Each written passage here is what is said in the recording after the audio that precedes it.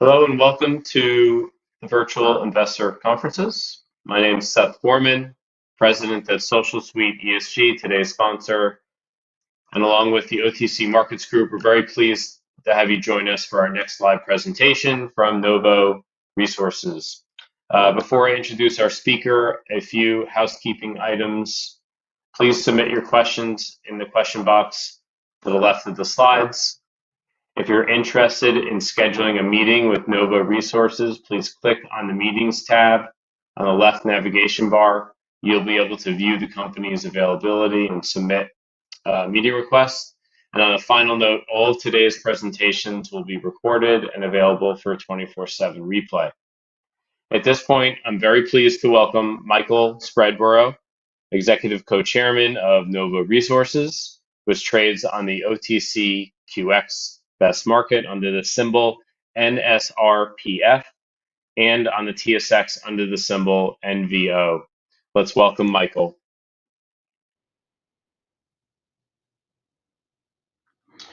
Well, thanks very much and welcome everyone. Today's presentation will provide quite a detailed overview of the value proposition that Novo provides, and it will give you a good update on activities, most notably exploration and our operations restart plan, and I'll also talk about our forward plan for 2022. I may not cover everything that you see in the presentation, so please at some stage have a look at the presentation and have a good read post the presentation today. As normal, cautionary slide, please have a read in your leisure and take notice of all the cautionary language. We acknowledge the traditional owners of the land upon which we operate. We recognise their unique heritage and we pay our respect to all members of these Indigenous communities and to their elders past, present and emerging. So who's Novo? We have a very clear strategy to grow our business to deliver shareholder value. Our long-term strategy is to become a plus 250,000 ounce gold producer through existing operations, exploration, growth, and other opportunities. Our immediate focus is on developing the Phase 2 Beatons Creek Gold Project, which is a fresh mineral resource, and that will be a consistent 100,000 ounce a year producer, and we look forward to talking later in the presentation about that. In parallel, a priority for us is implementing a very aggressive exploration strategy, and we'll talk further about our expenditure of around about $20 million a year and our priority targets at both Becher, which is gold, and Purdy's North, which is a nickel copper target.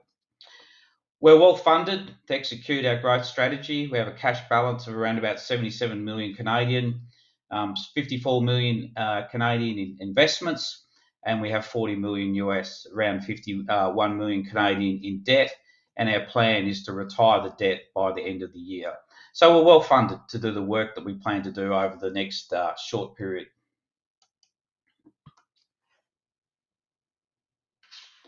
So let's talk about operations. We've recently announced that the oxide mining and processing at Beatons Creek will end in September this year. That Phase 1 mining will be completed, and then we'll have a phase wind down of operational activities with completion by the end of October. That wind down is costing us somewhere around about 6 million Australian, with a monthly cost of around 1 to 1.3 million in holding costs whilst we complete work for the restart. We're obviously very busy focusing on minimising the cost of that wind down activities. Post the wind down, our whole focus for the rest of this year and early next year is transition to the second stage of mining, which is the fresh mineral resource, which is high grade, free milling, and we're completing feasibility studies and approvals work at the moment. In the long term, we're really focused on the Mosquito Creek sulfide resource, which we are developing and doing technical studies in parallel. And the sulfide resource has a great opportunity to extend production beyond the Beatons Creek fresh mineral resource. So a little bit about Beatons Creek fresh. About 65% of our mineral resource is attributed to the fresh, so it's a large component of the mineral resource prior to mining some 18 months ago. We expect the phase 2 operation to have higher grades, lower mining costs, and contribute to a 3 to 4 year mining life. At the moment, we're very busy doing a fresh feasibility study, and we're also in parallel doing resource extension drilling, and I'll talk a bit about that in a minute. They're important activities for us because they are de-risking the project prior to that final investment decision that we'll make early next year. Our current cost estimate is about $20 million Australian is required for restart, mainly focused on pre-strip mining and also installation of a new haul road, which will result in lower operating costs. So that final investment decision will be very essential for us and will be made following completion of the feasibility study. We've now received advice from the Environmental Protection Authority in Western Australia on the approval pathway for the fresh, and we're now going to be working with the government agencies in Perth here in Western Australia, both the Mines Department and the Water Department, on the approval pathway for us to be able to mine the fresh. We've consistently said that we expect somewhere between a 12 to 18 month production pause until we're able to make a decision on mining the fresh and giving us the approvals. Very nice picture here showing the drilling pads across the hills, which is the area that contains the fresh mineral resource.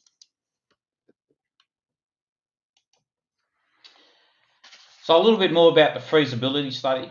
The feasibility study is progressing well. Key work streams have been completed and we're on track for completion in the middle of Q4 this year. The feasibility study is based on a resource update, which is using recent 2021 and 2022 drilling results for that resource update. So we do expect the feasibility to report a mineral reserve, which is very important for us and providing security going forwards. Importantly, we've completed major metallurgical and geotechnical programs, and they've been completed and they'll provide input into the feasibility study.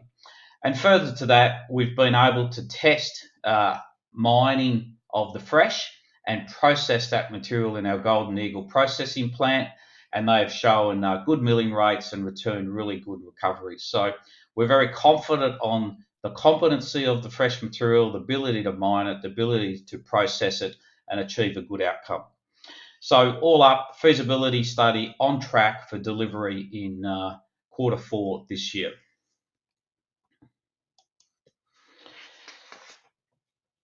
As I said, there's been a drilling program through the later part of 2021, and we've continued that program all the way through the early part of 2022. We're really focused on drilling out all of the fresh mineralisation, completing all of that work as soon as we possibly can and using that information to make sure that we come up with an optimised mining plan and a really good life of mine plan. So that's very well focused on, again, de-risking the plan that we plan to put together for mining of the fresh. Within that drilling, because of the nuggety nature of the mineralisation, we have done drilling at 10 by 10 drill patterns and also at 20 by 20, which is our normal drill pattern, so we can compare the two mineralisation outputs and the grade estimations, and again, give us real confidence as we move forwards with the feasibility study. So most of the drilling in Grants Hill, which is the majority of the fresh mineralisation, has been completed.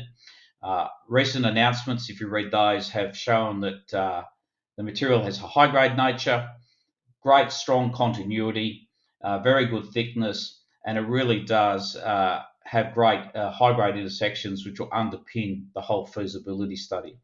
So we're excited by the fresh mineralisation. It's the key to us operations restart in sometime around H2 in 2023.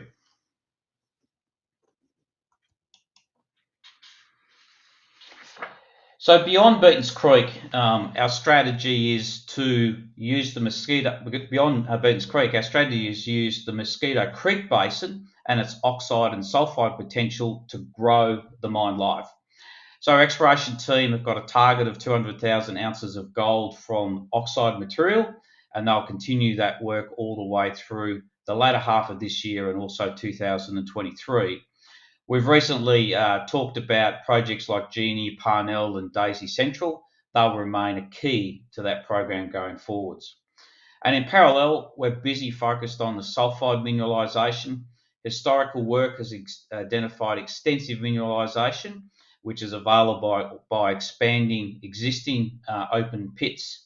And previous work has shown that with fine grinding and flotation, we'll get good gold recoveries from that sulfide mineralisation. So we see 2023 as being focused on a drilling program that allow us to move into further technical studies, and we see a 3 to 4 year development program to get full potential from the sulfide. So that matches in very well to the completion of the mine life from Beatons Creek. So again, we can see a good life of mine plan extending all the way through over 5 years from both Beatons Creek and Mosquito Creek. A key to us is the Golden Eagle processing plant. It really is a strategic asset given its location to Beatons Creek and also Mosquito Creek. It's in good condition. It'll have a very long life. That infrastructure is key to us in our restart pathway. And as I've said, mining the fresh material processing the fresh material through this processing plant has achieved good throughputs, great recoveries, and really the plant will require minimal modification. It's a very conventional plant. It's got a 1.5 million tonne per annum nameplate capacity. We operate it at around 1.8. It's got a 4 megawatt SAG mill, and we've got a 10 megawatt diesel power station, which eventually will be converted to renewable energy sources. So this infrastructure is really important to our growth strategy and our ability to move forwards with production. So let's turn to exploration. Our exploration is really the strong area to provide shareholder value going forwards. We have over 11,000 square kilometres of premium land holding in the Pilbara that is very prospective for both gold and battery metals. As I talked about before, 2022 we'll spend somewhere around about $18 million on exploration and the associated heritage and environmental studies. Our initial focus is on primary gold targets called Becher, which I'll talk about in a minute, but we are looking at battery metal targets because our ground is very, very attractive and prospective for both nickel, copper, cobalt and lithium. So again, very large tenement base of 11,000 square kilometres, which provides us a great opportunity for shareholder value. So Egina Gold is an area that is just south of De Grey, which is an Australian ASX listed vehicle. De Grey has a project called Hemi, which, as you can see on the slide here, has over 8 million ounces. So we own tenements south of Hemi, and we have a very attractive gold target called Becher. It's a basement gold target, has the potential to have its own standalone production hub. So as you can see here, over 2 kilometre strike length. We're busy gearing up heritage surveys, and we plan in the later half of this year to drill air core drilling, some 36,000 metres of drilling. We'll also complete some high resolution aeromagnetics, and we'll use both the air core and the aeromagnetics work to allow us to focus on primary RC drilling programs later this year. So Becher, our primary gold target, has great potential, and south of that Hemi deposit we're seeing the same structural corridor and geological setting. So again, very, very exciting for us and our shareholders. As I said, our tenement's also very prospective for battery metals. Our primary battery metal area is called Purdy's North. It's actually adjacent to an ASX listed company called Azura Minerals and their Andover project. So as you can see here, Azura have recently announced a mineral resource of around about 5 million tonnes of nickel at 1.1% nickel and 0.4% copper. So our tenements again are in the same structural corridor of the Andover project. We have about 22.5 square kilometres of that Andover intrusion. So again, very, very exciting for us. We've completed all the heritage work, and we've completed all the geophysical work, and we expect to be drilling very imminently in the next week or so in Purdy's North. We see this as a very primary opportunity for us to grow shareholder value. We don't see battery metals as a primary strategy for us, but we see an opportunity to recognise value, and then through divestment or other opportunities, we can provide shareholder value through that work, given the great focus of battery metals for renewable energy needs. We're still focused on Conglomerate, which was a key driver of Novo in the early days. Our primary Commonwealth project, we completed test work earlier this year, which really showed that the ore sorting technology, and you can see a good picture here of the ore sorter facility that was set up at Nullagine. That ore sorting test work showed great recoveries and good ratios, which means you can treat a very large volume material and end up with a very small amount of high-grade concentrate that can then be trucked across the Pilbara to our Nullagine processing facility. That phase 3 trial, it is essential to us to be able to define the technical outputs we needed for approvals and final investment decisions. But given our focus, as you heard, on exploration, also the Beatons Creek fresh feasibility study and drilling, we've actually deferred the phase 3 trial until early next year. But in the background, we're busy doing the project planning work for that trial. Elsewhere across our tenements, while we are focused on basement gold and battery metals, we still look for conglomerate targets. So as you can see here on the slide, there's some really exciting ones. Skyfall, which is really close to our processing plant at Beatons Creek, and we continue to look at other ones called Goldeneye, Croydon and Greyland, which are in the West Pilbara. So we still have that great opportunity to walk through conglomerates and bring those into economic activities for the processing plant. So we are, as a group, maturing, and as part of that, we're very committed to a very strong ESG leadership. We understand that ESG commitments and our performance are really important to our stakeholders. We're committed to delivering value by operating in a very responsible and sustainable manner. So we are busy building our ESG approach to be aligned with the ICMM framework, and later this year we'll actually release our first sustainability statement, which will become an annual event as we move forwards. Recently, we've reaffirmed our purpose and our strategy, and we'll continue to review this based on external demands and macro factors. But the whole focus of Novo is to embrace innovation to responsibly transform minerals for the benefit of our stakeholders. And that's important to us. Whilst we can have the skill set to explore, develop and produce, we'll make decisions on a case-by-case basis on the best way that we can bring shareholder value and monetize those assets. We're very focused on our work in terms of our stakeholders, whether it's shareholders, employees, the traditional owners, communities or governments.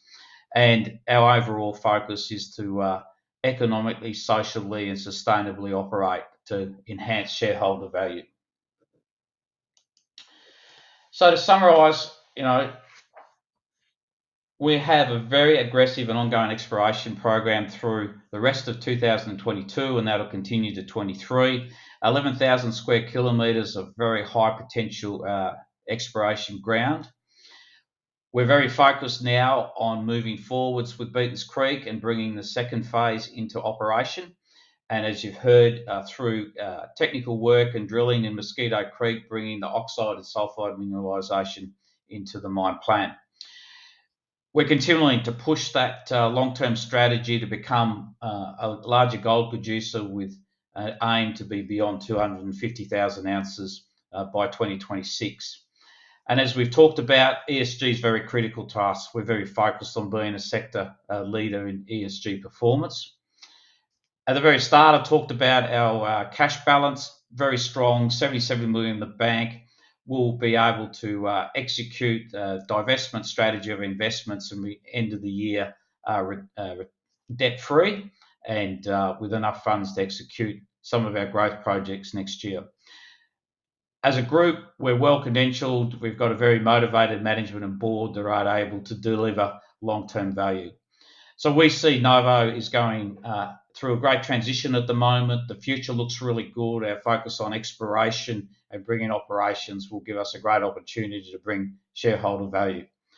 So I really appreciate everyone listening to it. I'm just going to grab some of the questions here and have a bit of a chat. So, Steve asked us, the ownership and mix of investors. If you pick up some of our corporate presentations, you'll see that. But essentially, we've got 6 major shareholders, which are made up of Newmont, Creasy, which is an Australian exploration group, IMC out of Singapore, Sumitomo, the old Kirkland Lake Group remains a big shareholder, so they remain very supportive, as well as their Exprot. They are some of our key shareholders. John here has asked, can I speak about the gold sales at the end of the year? Will the number of ounces be similar to 2022 and quarter one? So if you go back, I'll see if I can find the slide. Just bear with me for a sec. So here we are. So you can see on this slide, when we made the announcement of cessation of mining at the end of quarter 3, we announced that we would produce 9,000 to 11,000 ounces in the quarter that we're in, and about another 1,000 ounces before we wrap up the wind down. So they're the key production statistics. And as we said, we're very hopeful through the approvals process that we'll be back in operations in the later part of this year. John's asked to talk about lithium and tantalum mineralisation. We have identified south of Nullagine a 22-kilometre long kind of pegmatite zone. Some of that's on the surface. Our geologists have taken samples and we have got assaying of those. We did do an announcement a couple months ago on those. We don't see the lithium exploration as key to us, and we have started a process of seeking parties that are interested in purchasing those lithium rights who will do exploration. The rest of our tenements probably have good lithium potential, but we really haven't focused on that exploration at all. We've been focusing on gold and base metals. We are in a lithium province, the very northern part of the Pilbara. You see big lithium operations, and we are having great interest in our lithium operations. So thanks everyone for listening, and please by all means reach out through our corporate investment team, and we look forward to catching up. Thank you very much everyone.